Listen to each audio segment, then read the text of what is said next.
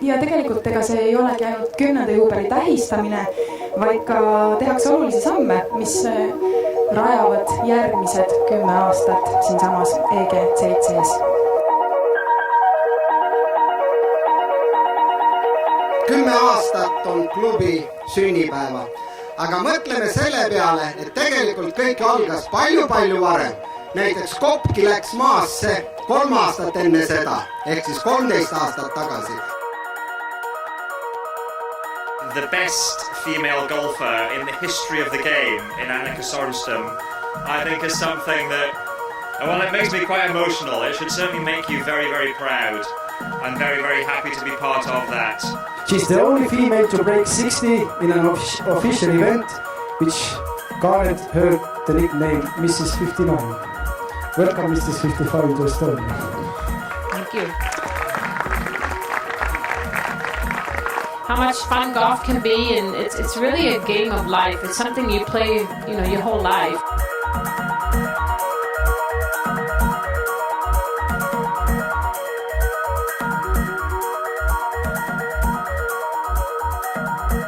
Nagu ka Annika ütles, me võime olla uhked selle üle, millise väljaku me ehitame tulevastele põlvedele, oma lastele.